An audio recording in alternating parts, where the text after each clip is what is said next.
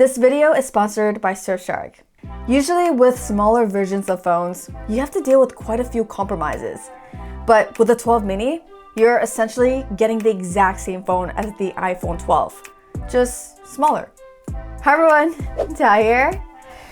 Alright, so this is by far my favorite iPhone in years and reminds me of why I was such a huge fan in the past.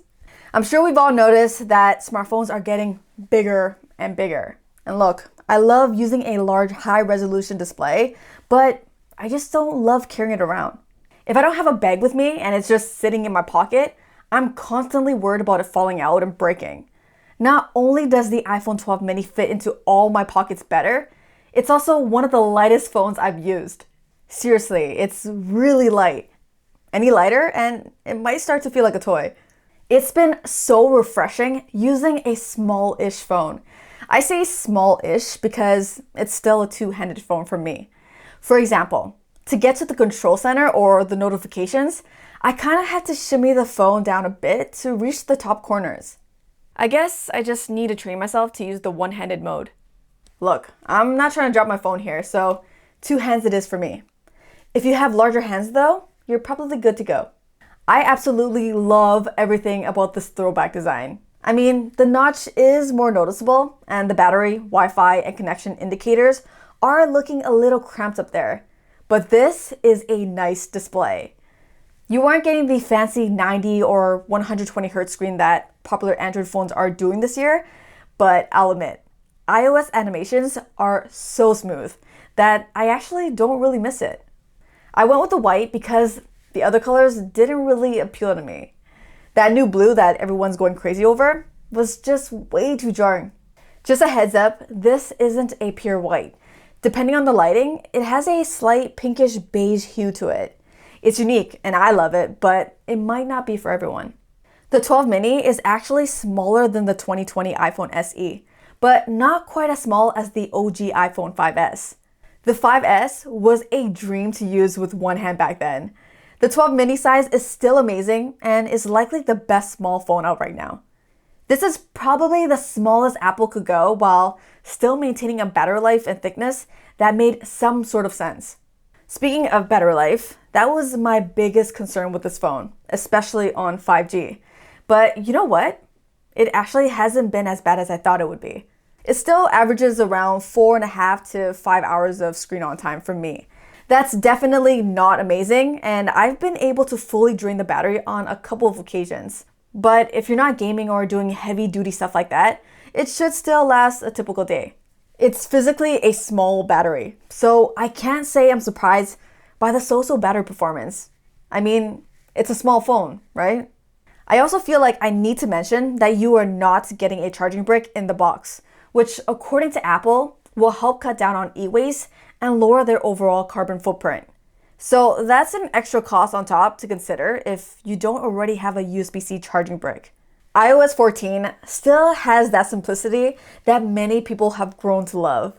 Using some of the bigger iPhones, it just never felt like the software scaled well to take advantage of the larger display. On a small phone like this, it just feels like home, like how it was meant to be. The ability to add widgets is much needed and opens up some unique home screen setup options, especially helpful as a way to push icons closer to the bottom. The app library though, just confuses me.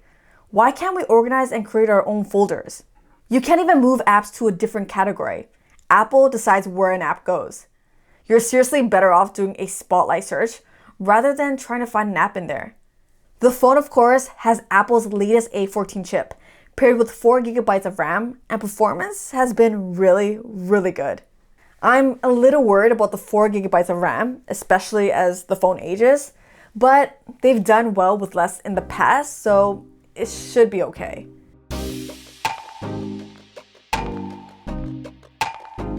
Okay, it's 2020, and most premium smartphones these days will take good to amazing photos. If I'm being honest, the iPhone 12 mini isn't my favorite when it comes to pictures. Don't get me wrong though, this camera is still killer.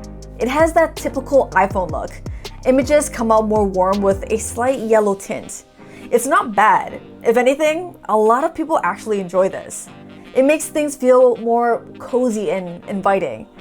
The 12 mini doesn't have a telephoto lens, so you'll only be able to zoom up to a max of 5 times.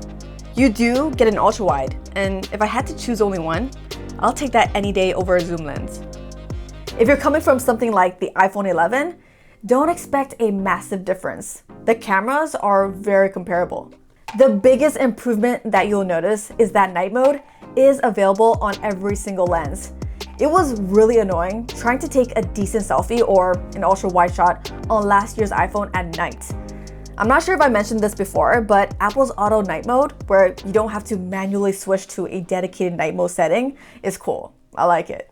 Out the box, iPhones are set to record video in HDR, which is great, but I've run into a bunch of compatibility issues. Footage just looks wonky and overexposed. It's not really a big deal for me, so I've turned that off in the settings. Alright, we're shooting on the 12 mini now.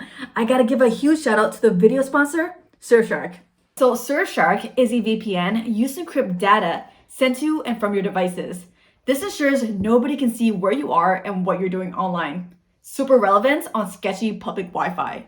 Being a Canadian, one of my favorite uses for Surfshark is to access content from other countries.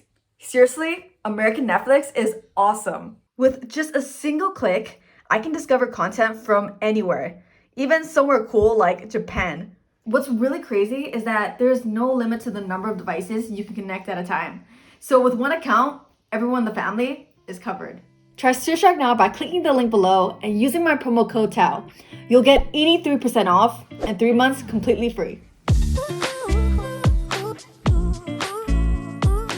A large device definitely has its benefits, and I absolutely understand why a big display is important. But if you've been waiting for a powerful, pocket-friendly device, what are you waiting for? This is it. Some people are gonna be pissed that Apple skimped on the charging brick, and the internal storage, starting at 64 gigabytes, shouldn't even be a thing at this point. You will be sacrificing some battery life for a more compact phone. But if you're not heavy on your phone, you might not even notice. I won't lie, I've fallen in love with the size. The 12 mini reminds me of a time when phones didn't dominate our lives like they do now. It's gonna be really hard transitioning back to carrying a larger phone after this.